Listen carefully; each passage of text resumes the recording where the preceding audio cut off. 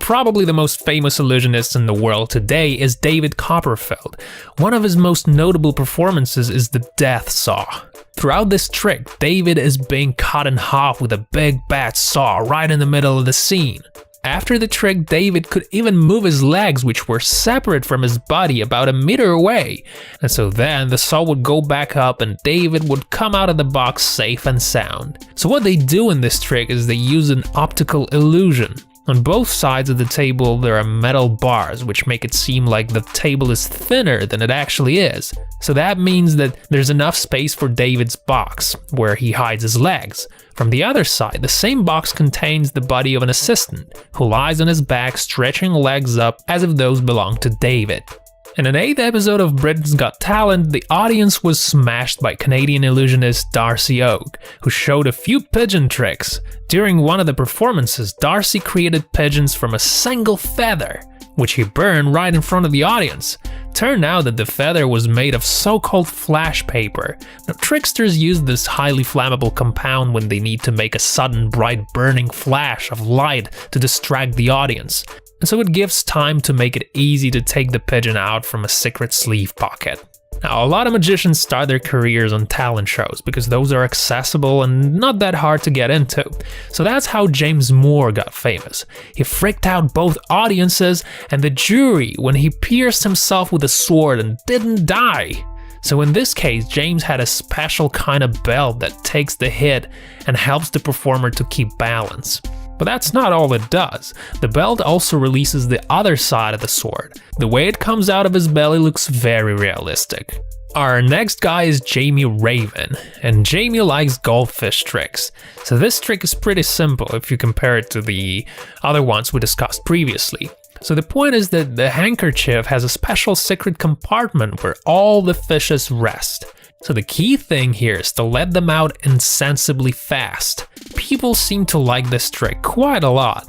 A lot of you guys probably know David Blaine. He was buried alive, trapped under thick ice, and one time he even hanged himself trapped in a glass box for 44 days in London. In this video we see David show tricks to Drake and David Chappelle, so you can see him spitting out frogs like it's the most natural thing in the world. And before he does that, he shows everyone around that there's absolutely nothing in his mouth. So the trick is that David mastered the ability to hold the frogs in his gullet so he can actually summon them whenever he pleases. I wonder how those frogs feel about the whole deal. By the way, musicians sometimes also like to pretend that they're magicians. Remember Michael Jackson and his Smooth Criminal? With his legs straight, Michael was able to bend in front, making a 45 angle between himself and the floor. Sometime after the clip was shot, they revealed the secret. Turns out that there were little pins in the floor, and Michael had a special holes in his shoes that allowed for the perfect clutch.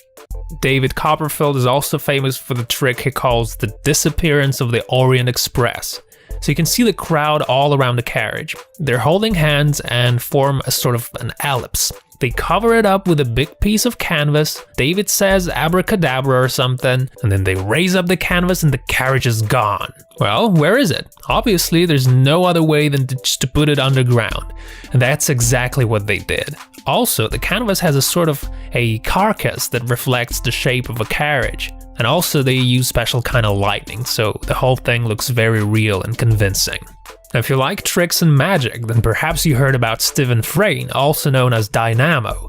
Back in 2013, he was showing his unique powers of levitation by holding up to the roof of a double-decker. Later, the secret was revealed. Dynamo's hand was firmly tied to his body, and there was a stern metal frame on the roof of the bus. So despite the fact that the secret of the trick was revealed, people were really fascinated by the performance. Japanese illusionist Cyril is best known for removing his head. Later, this trick got very popular among other magicians and pranksters.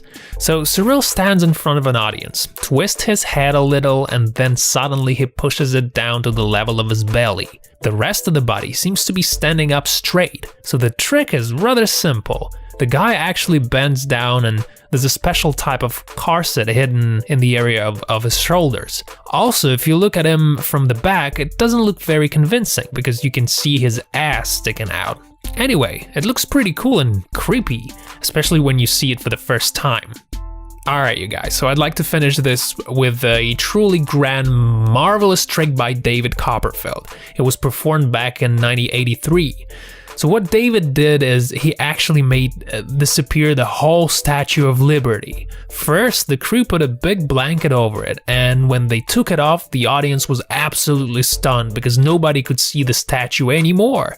Well, obviously it was still there, it's just that the light all around the statue was set in a way that it could not be seen.